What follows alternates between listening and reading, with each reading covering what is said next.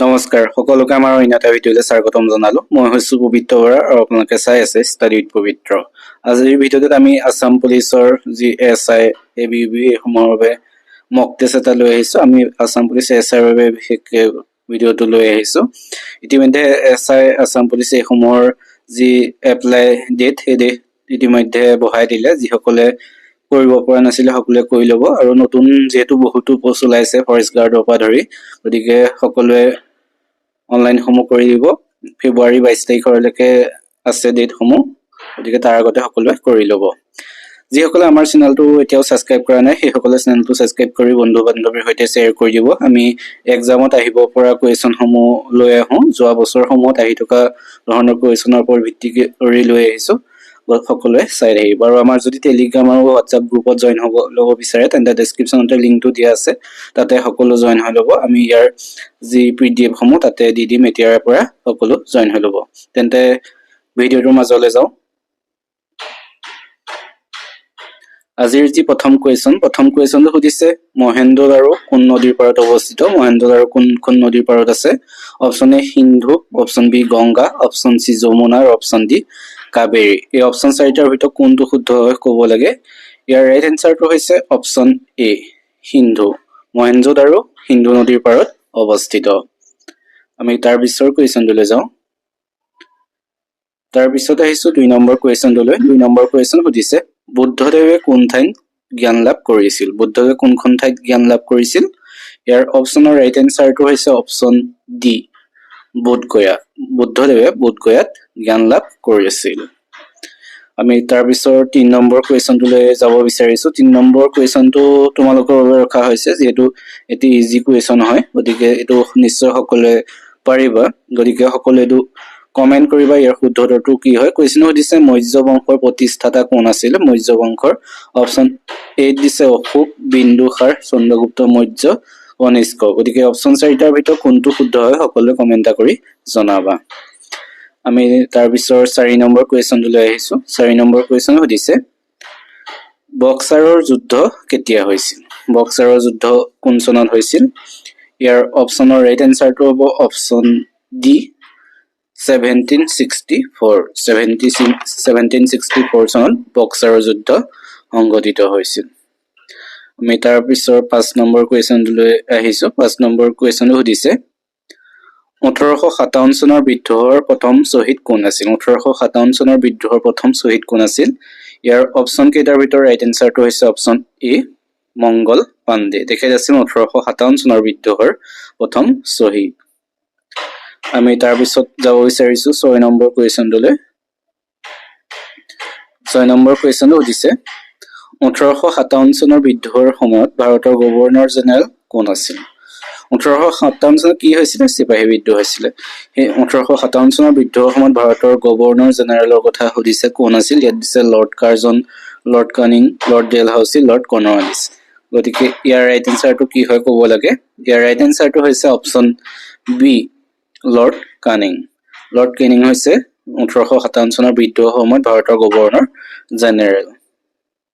আমি তাৰপিছত আহিছো 7 নম্বৰ কুৱেশ্যনটোলৈ। 7 নম্বৰ কুৱেশ্যন সুধিছে ভাৰতীয় জাতীয় কংগ্ৰেছৰ প্ৰথম অধিৱেশন ক'ত হৈছিল? ভাৰতীয় জাতীয় কংগ্ৰেছৰ প্ৰথম অধিৱেশন ক'ত হৈছিল?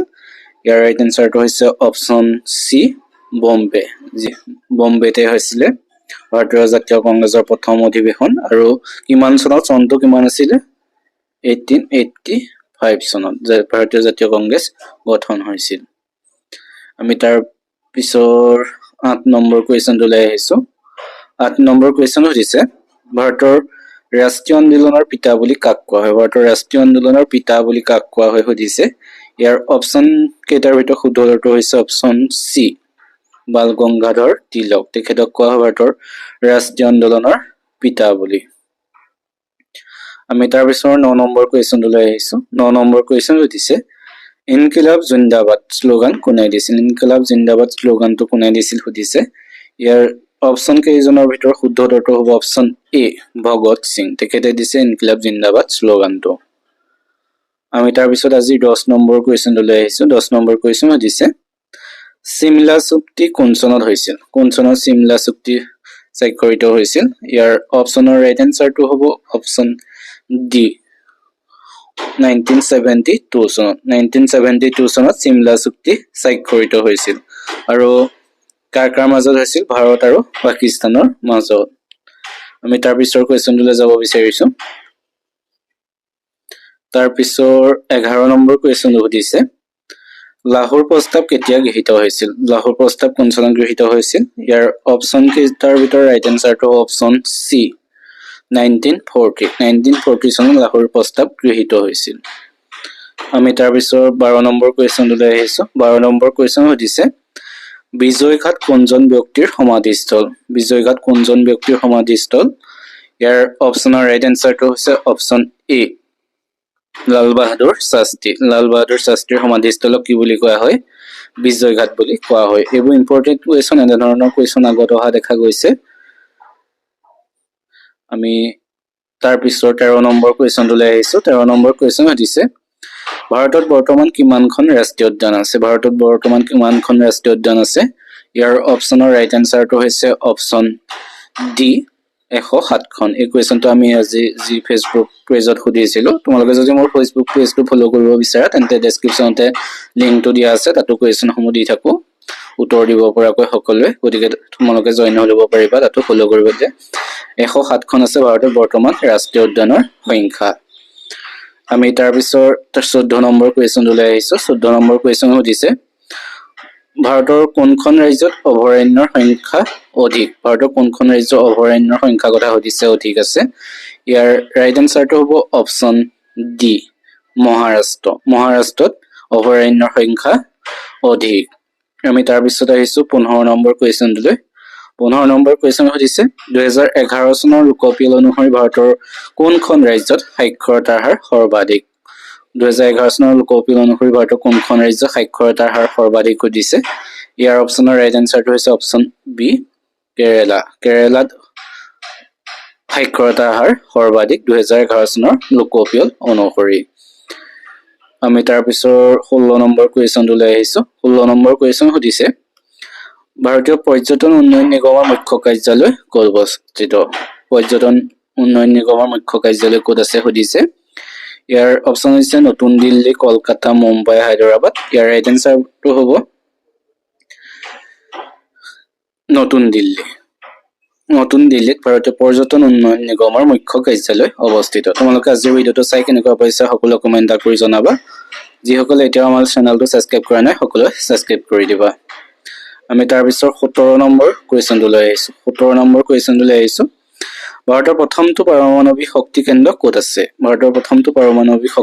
ক'ত অৱস্থিত ইয়াৰ অপচনৰ ৰাইট এনসাৰটো হৈছে অপচন সি তাৰাপুৰত আছে ভাৰতৰ প্ৰথমটো পাৰমাণৱিক শক্তি ক'ত আছে তাৰাপুৰ মানে মহাৰাষ্ট্ৰত আছে পাৰমাণৱিক শক্তি কেন্দ্ৰ আমি তাৰ পিছত 18 নম্বৰ কোৱেশ্চনটোলৈ আহিছো 18 নম্বৰ কোৱেশ্চন সুধিছে ডিমাপুৰ পূৰ্বতে কাৰ ৰাজধানী আছিল পূৰ্বতে ৰাইট এনসাৰটো হৈছে অপচন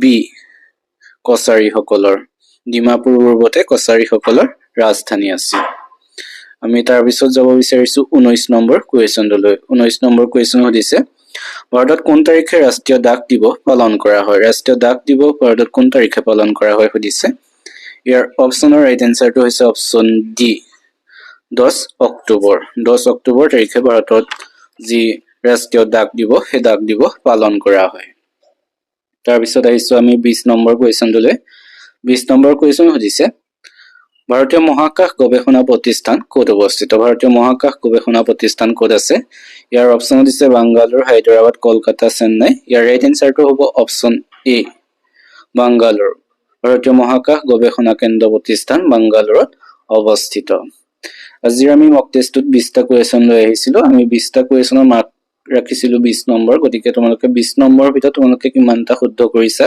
কিমান নম্বৰ পাবলৈ সক্ষম হৈছা সকলোৱে কমেন্ট কৰি জনাবা বুলি আশা থাকিল যদি ভিডিওটো চাই ভাল পাইছা এনেধৰণৰ যদি কোৱেশ্চন পাই থাকিব বিচাৰা তেন্তে কমেন্ট কৰিবা আৰু চেনেলটো সাবস্ক্ৰাইব কৰি থবা তেন্তে আজিলৈ মানে ধন্যবাদ